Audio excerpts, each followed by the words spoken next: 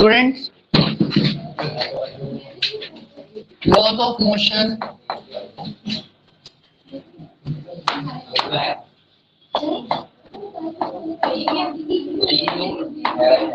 NCERT doubt जी बोलिए।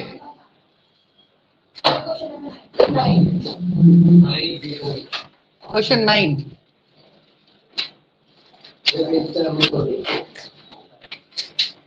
Student, question 9 देखिए 5.9. It says a rocket with a lift of mass 20,000 kg. आपके पास एक रॉकेट है जिसका मास है 20,000 kg.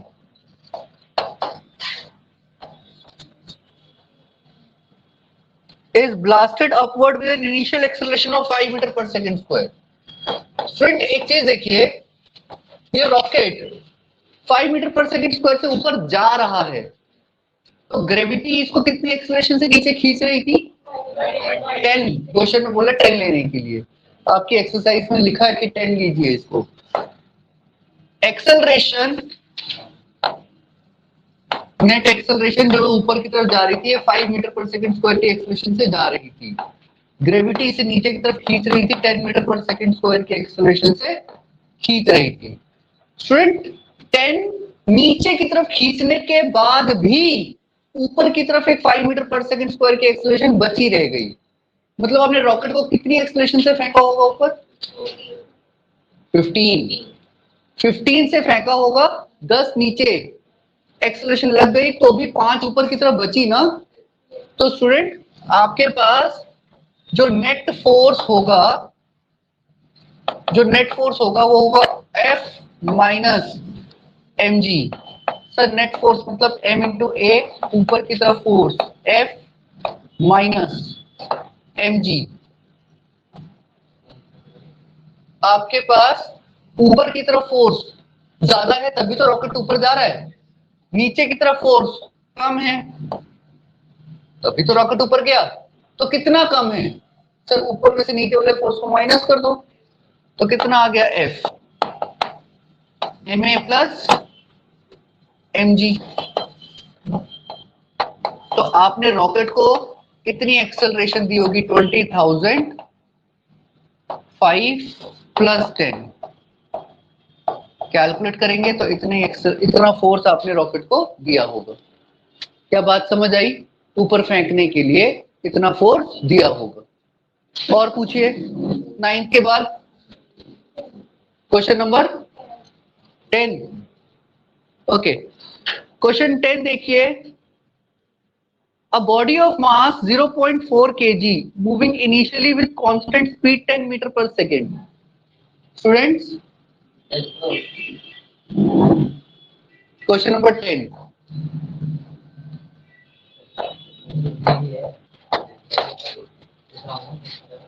एक बॉडी है 0.4 kg की, initially with constant speed 10 metre per second to north. ऊपर की तरफ जा रही थी बॉडी. बॉडी का मास दे रखा है 0.4 kg with constant speed 10 metre per second. Constant speed है 10 metre per second and constant speed है, मतलब एक्सेलरेशन कितनी? 0. कांस्टेंट स्पीड तो एक्सेलरेशन कितनी? 0. अब क्या बोला उसने? Subjected to a constant force 8 Newton directed toward the south. कोई ऊपर से इसको धक्का मारने लग गया, फोर्स -8 न्यूटन. माइनस इसलिए क्योंकि अपोजिट डायरेक्शन में धक्का पड़ रहा है. इसको बॉडी ऊपर जाना चाहती थी, इसको धक्का पड़ रहा है नीचे की तरफ, इसलिए -8 फोर्स. -8 फोर्स का मतलब होता है मास इनटू एक्सेलरेशन. मास कितना है क्वेश्चन में? 0.4 -8. तो आप ऊपर से नीचे की तरफ इसको धक्का मार रहे हो 8 न्यूटन से. कहने का मतलब यह है कितनी एक्सेलरेशन के साथ?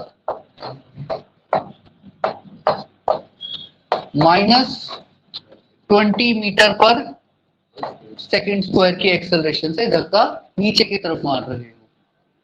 फिर क्या कहा उसने, toward the south for 30 seconds और 0 to 30 सेकेंड्स तक आपने इसको धक्का मारा। That is no force before 0 second और आफ्टर 30 सेकेंड्स। 30 सेकेंड के बाद कोई फोर्स नहीं है और 0 सेकेंड से पहले कोई फोर्स नहीं है। जो फोर्स है 0 to 30 के बीच में है। अब देखो क्या बोला उसने, take the instant to be apply t equal to 0, find the position at t equals to -5 second. Student पहला पार्ट है t इक्वल्स टू -5 सेकेंड पे आपको डिस्प्लेसमेंट निकालनी है। तो स्टूडेंट मेरे पास फॉर्मूला होता है s equals to ut plus half at square.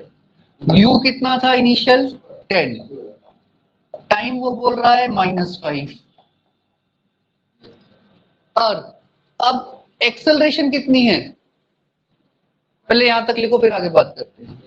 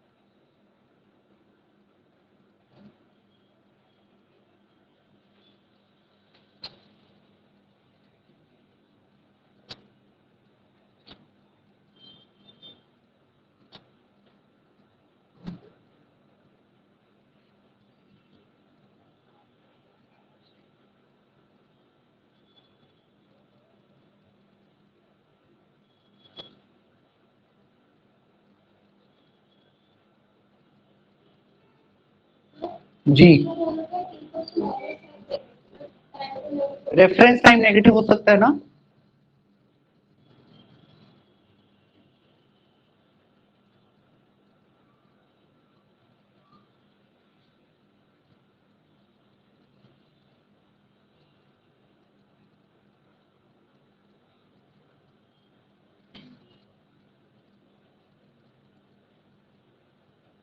जी हो गया।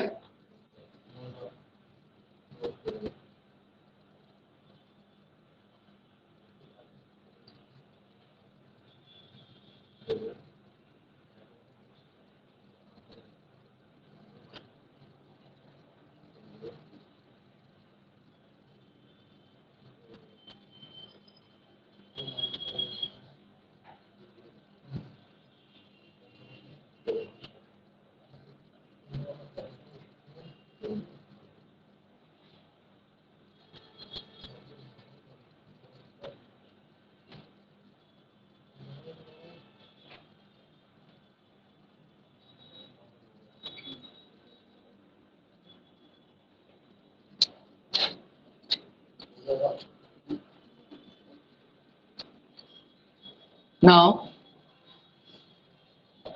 क्या मैं आगे बात करूं,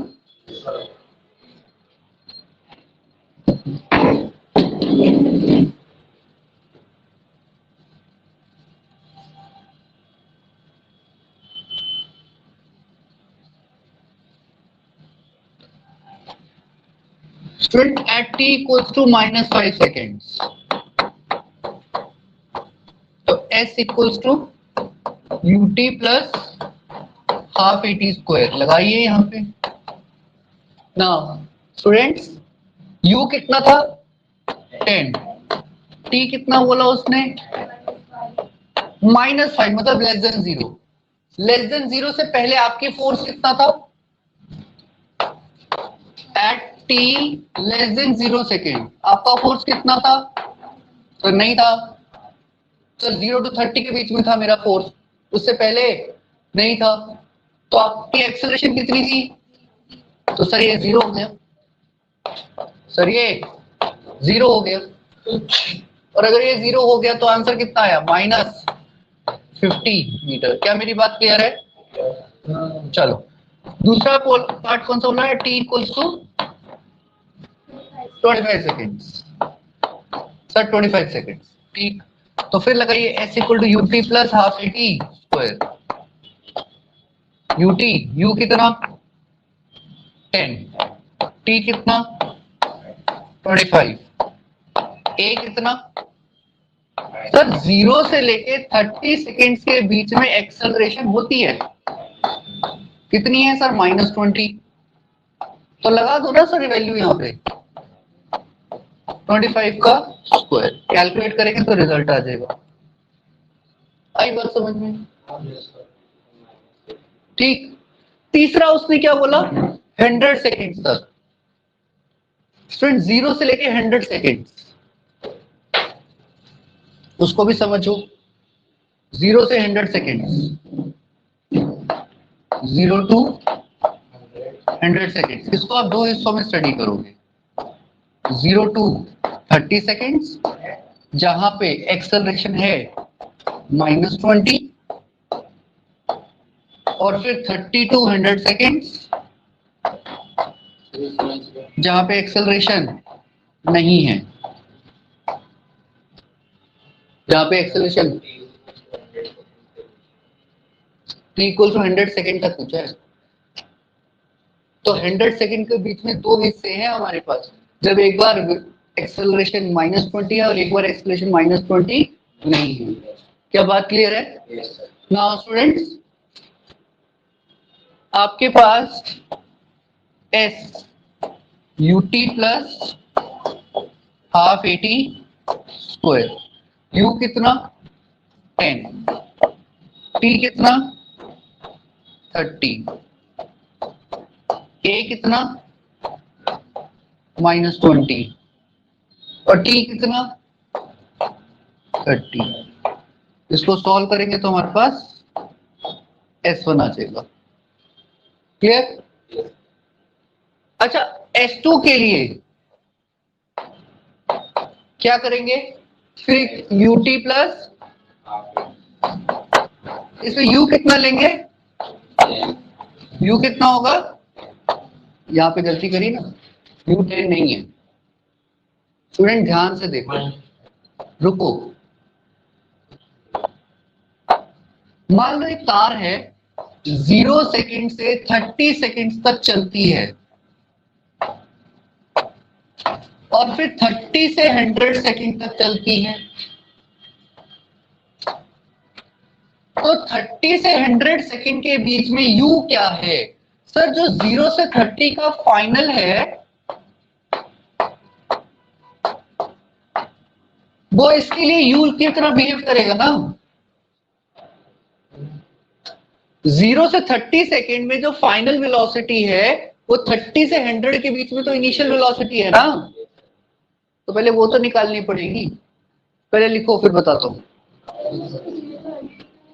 क्योंकि 0 टू 100 के बीच में दो हिस्से हैं, एक में आपके पास एक्सेलरेशन है और एक में एक्सेलरेशन नहीं है, तो आपको दो बार कंसीडर करना पड़ेगा ना, एक में विद एक्सेलरेशन, एक में विदाउट एक्सेलरेशन।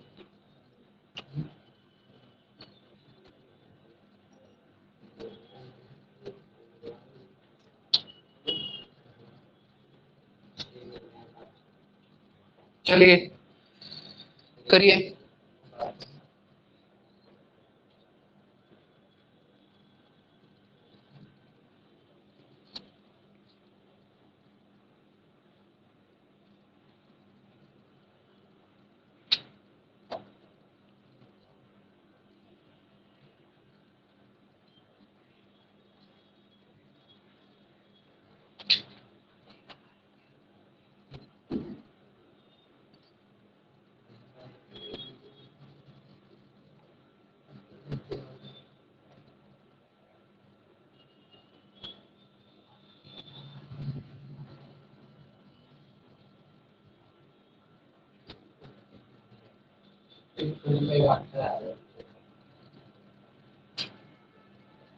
यहाँ तक कर लीजिए, फिर मैं बोर्ड इरेज करूं।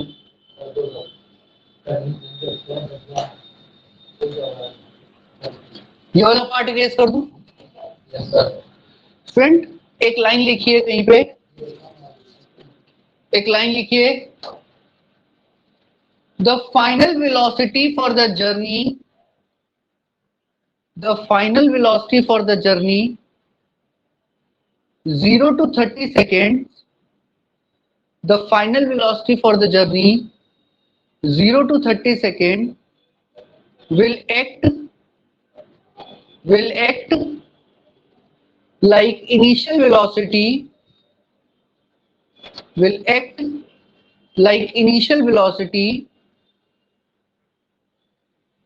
for the journey 30 to 100 seconds, 30 to 100 seconds।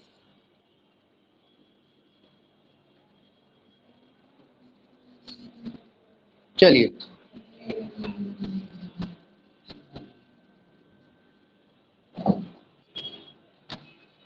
तो निकालते हैं।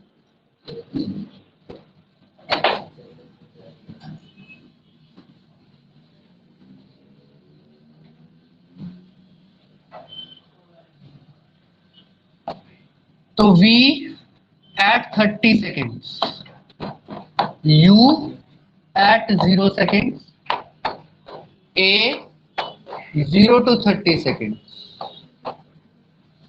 तो 0 वेलोसिटी है 10, a कितनी है -20 और टाइम है 30। Answer is 10 minus 600, answer is -590 metre per second. तो यहाँ अप्लाई कर दो इस बात को, -590 इंटू 70 प्लस हाफ -20 इंटू 70 का square.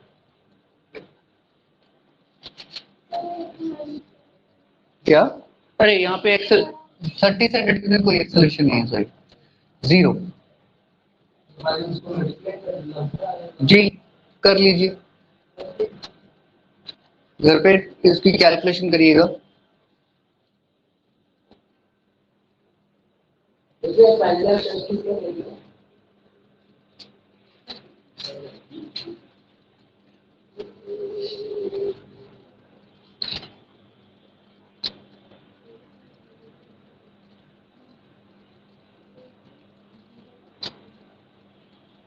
Ji is it done?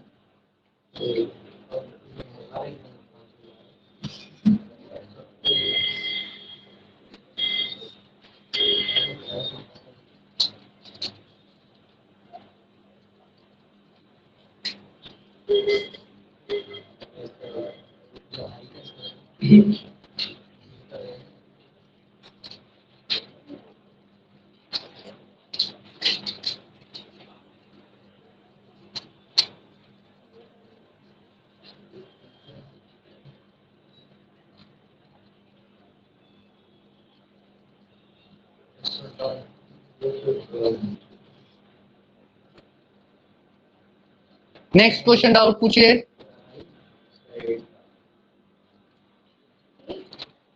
Ji next question, question number 8, question number 15। बेटा 15 तो मैंने क्लास में करवाया है अभी, 15 तो मैंने अभी क्लास में करवाया। ओके उससे पहले एक 8, चलिए 8 देखिए।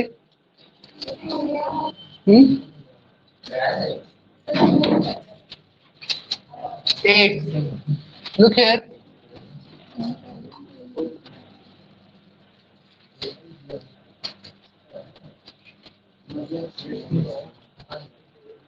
Look at the board. Question number 8. 8 कहता है the driver of a 3-wheeler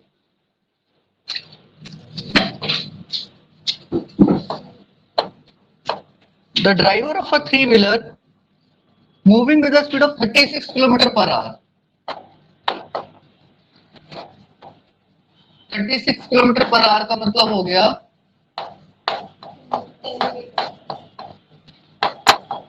10 meter per second. See the child standing in the middle of the road and brings the vehicle to rest in 4 seconds. इसको रोकने में इसको 4 second लग जाते हैं.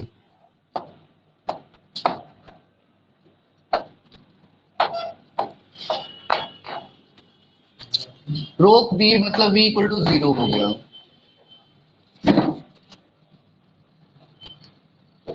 What is the average retarding force if the vehicle is 400 kg and driver is 65? तो total mass हो गया 400 plus 65, 465 kg. Right? Now student अब लगाइए v square minus u square equals to 2as.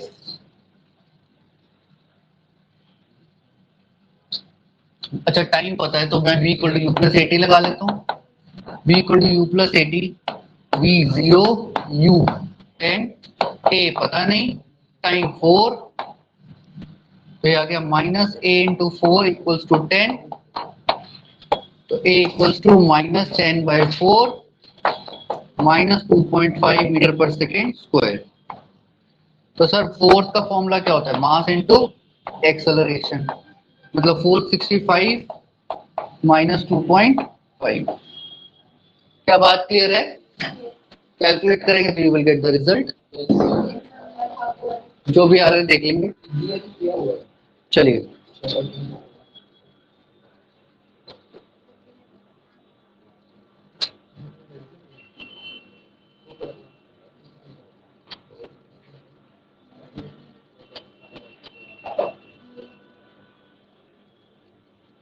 और बताइए.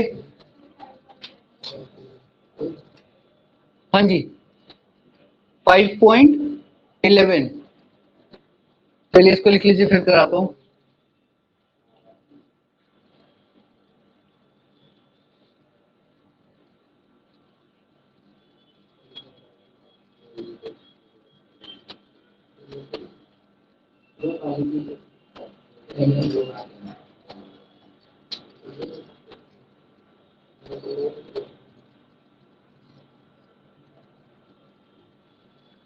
मोशन ऑफ स्ट्रेट लाइन अभी test भी होगा. Now come to question number 11. A truck starts from rest and accelerate uniformly 2 meter per second square. At t equals to 10 seconds, a stone is dropped by a person standing on the top of a truck 6 meter high. What are the velocity and the acceleration of the stone at 11 seconds? देखते हैं. 11.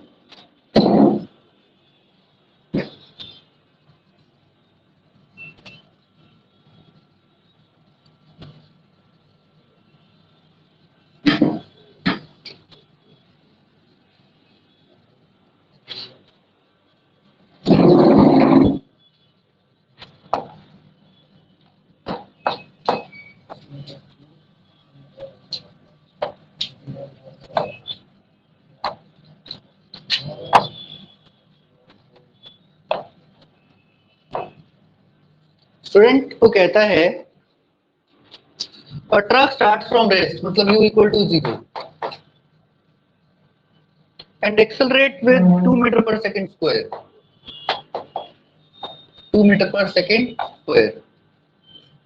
At t equals to 10 seconds, a stone is dropped by a person standing on the top 6 meter high. 6 metre की height पे है. 10 second तक truck सीधा चल रहा था और उस पर्सन के हाथ में ही स्टोन था, उसने स्टोन को गिराया नहीं था. For 10 seconds 0 to 10 seconds, stone was inside the truck, that is acceleration of the truck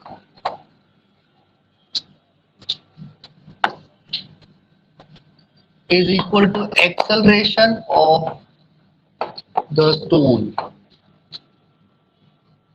जो एक्सेलरेशन ट्रक की वही स्टोन की, क्योंकि ट्रक के अंदर ही तो है स्टोन। तो एक्सेलरेशन कितनी है? 2 मीटर पर सेकंड स्क्वायर। अब t इक्वल्स टू 10 सेकंड पे उसने स्टोन को गिरा दिया।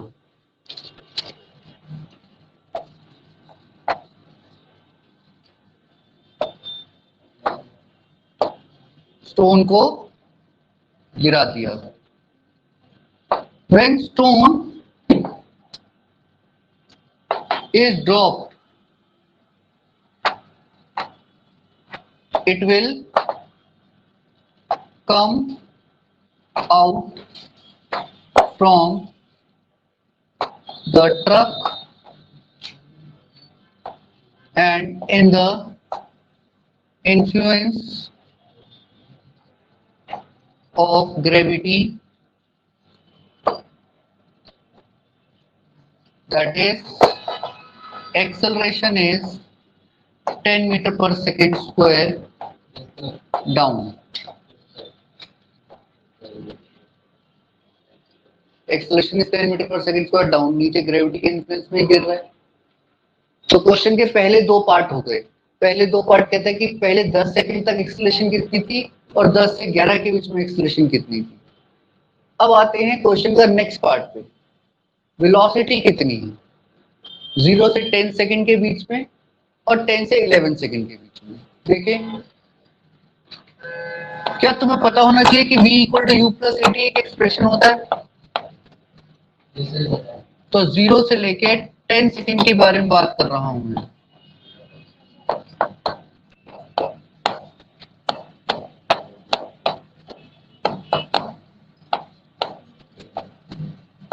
तो 0 से 10 सेकंड के बीच में वेलोसिटी कितनी है? 10 सेकंड पे 20 मीटर पर सेकंड। जब आपने 10 सेकंड पे स्टोन को छोड़ दिया और 11 सेकंड पे आप बात कर रहे हो, 10 सेकंड पे छोड़ा और 11 सेकंड पे आप बात कर रहे हो, मतलब 10 से लेके 11 सेकंड के बीच की वेलोसिटी, 10 से 11 के बीच में, दैट इज 1 सेकंड। अरे 1 सेकंड का गैप है। अरे यस और no? Yes sir, yes sir. तो क्या मेरे पास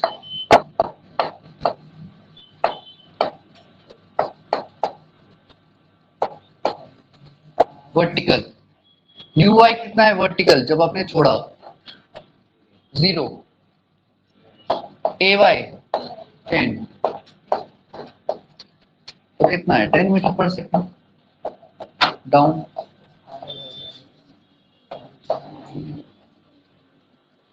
क्या मेरी बात क्लियर है?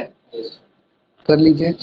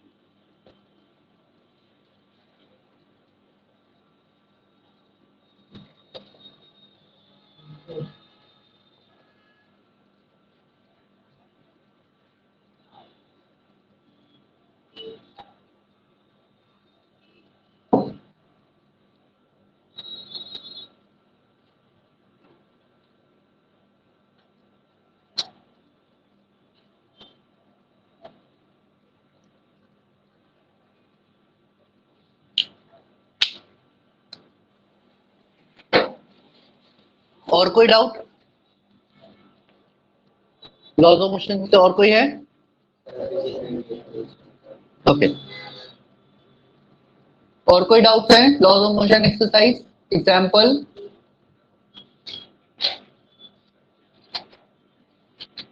चलिए, तो फिर वर्क एनर्जी पावर में से पूछ लीजिए।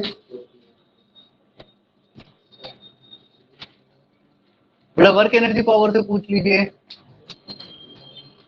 पूछो। चलो मैं करवा देता हूँ कुछ। वर्क एनर्जी पावर,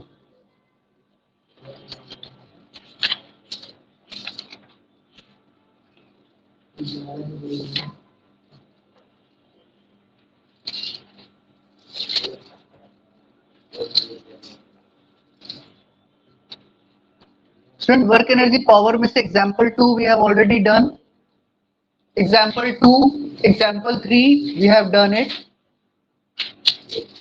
अपनी बुक और अपनी एनसीईआरटी नोटबुक सब ओपन रखें। Example 2, example 3, example 4 we have done it. Now come to example number 5।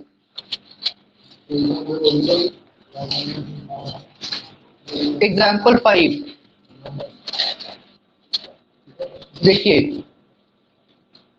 Example 5 says a woman pushes a truck on a railway platform which has a rough surface. She applies force of 100 Newton over the distance of 10 meters. Thereafter, she gets progressively tired and her applied force reduces linearly with the distance up to 50 Newton. The total distance through which the truck has been moved was 20 meters.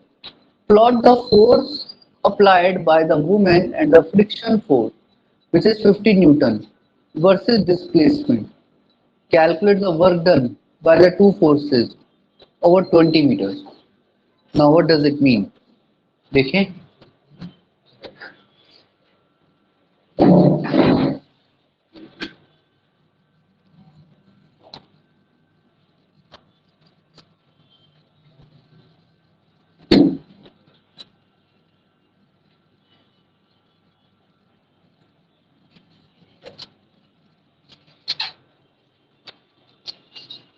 Question number 5।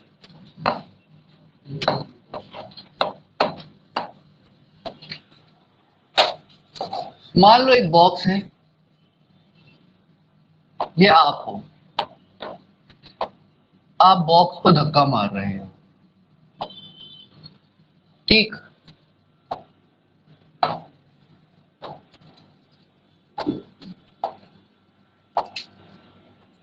Question में उसने कहा है, a woman pushes a trunk on a railway platform which has a rough surface. She applies 100 Newton for 10 meters. यहां से यहां तक आपने 100 Newton का फोर्स लगाया है और 10 मीटर की डिस्प्लेसमेंट की है, यही बोला उसने। तो चलो ग्राफ बनाते हैं इतने सिचुएशन के लिए।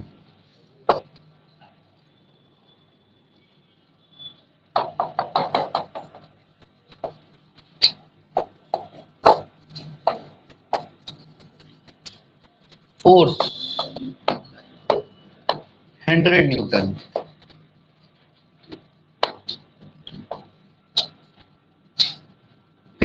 तक आप फोर्स लगाते रहे 10 मीटर। फिर क्या बोला उसने, thereafter she gets progressively tired and her applied force reduces gradually to 50 Newton. यहां से यहां तक फोर्स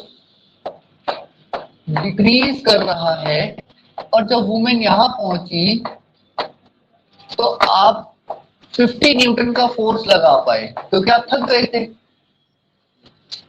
धीरे धीरे आप थक गए। 100 न्यूटन की जगह पर 50 न्यूटन ही लगा पा रहे हो और 10 मीटर और कवर कर गए हो। तो 50 Newton is somewhere here.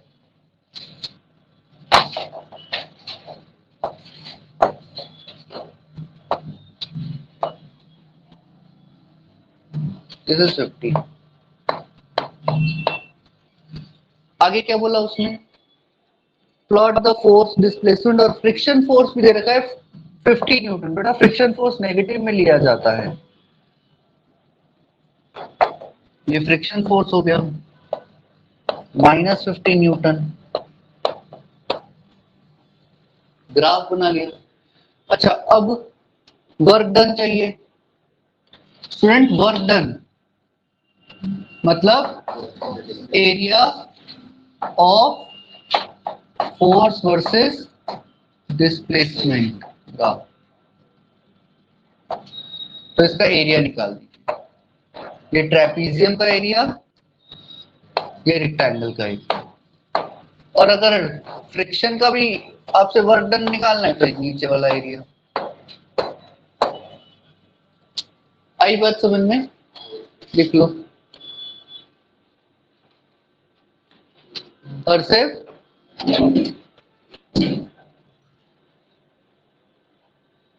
Student, example 6.7 that is a vertical circle. Question में ये बात मेंशन है, the string got slag, slag मतलब लूज हो जाना, स्लैग दैट इज लूज हो जाना at the topmost point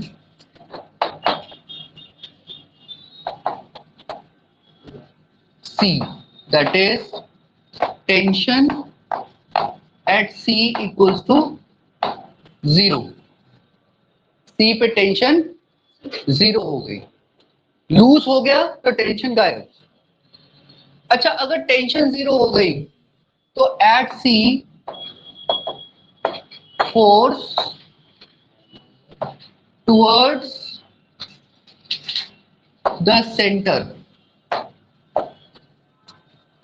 that is equals to mg only.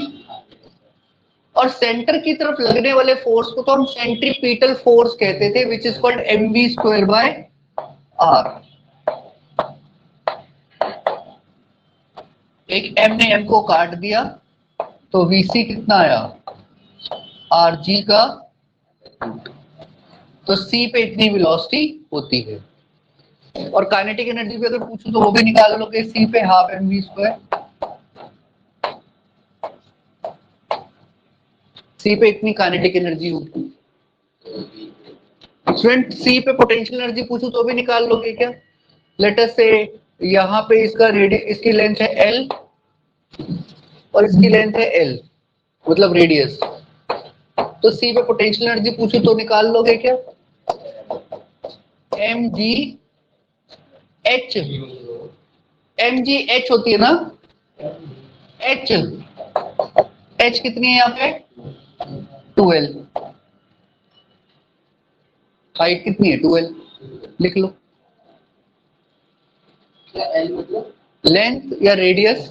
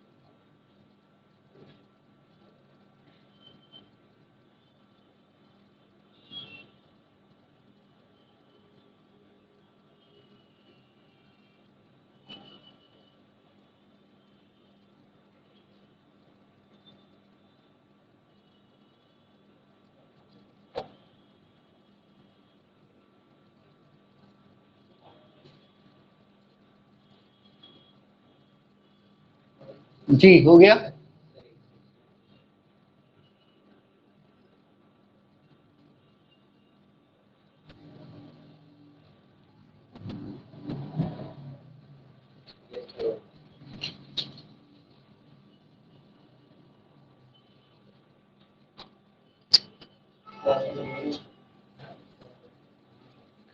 चलिए, अब law of conservation of energy क्या होता है?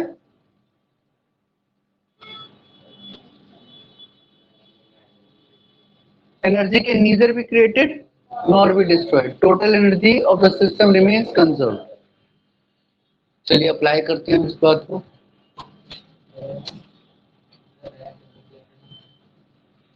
लिखें, by law of conservation of energy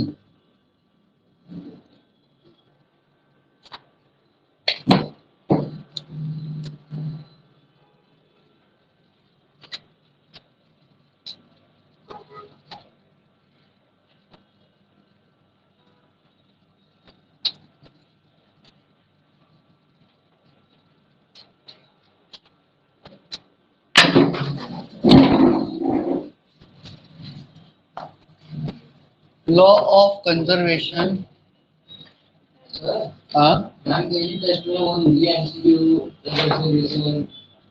of energy.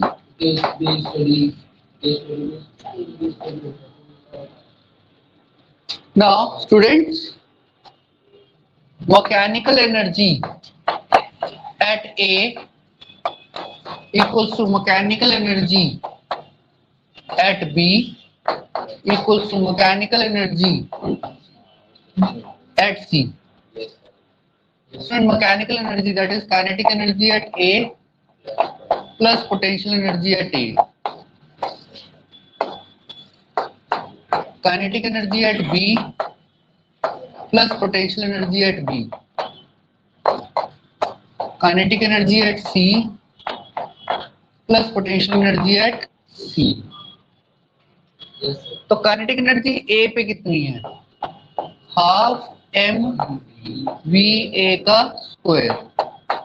Potential energy कितनी है? एम जी एच, मतलब जीरो, हाइट है ही ग्राउंड।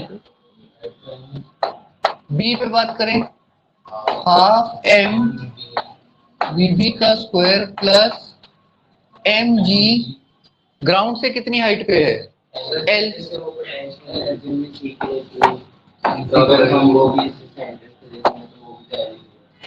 नहीं, क्यों? ये रेफरेंस लेवल है ना, ग्राउंड लेवल और ग्राउंड लेवल। क्योंकि अगर हम इसे ग्राउंड लेवल मानते तो वो हम वर्टिकल प्रोजेक्टाइल कैसे करते? Kinetic energy at C half M V C का square plus M G into 12। क्या बात क्लियर है? yes. और स्टूडेंट, हम लोगों ने निकाला है V C equals to under root of G L. हमने निकाला है under root of G L. तो हाफ एम वी ए का square half M we B का square plus M G L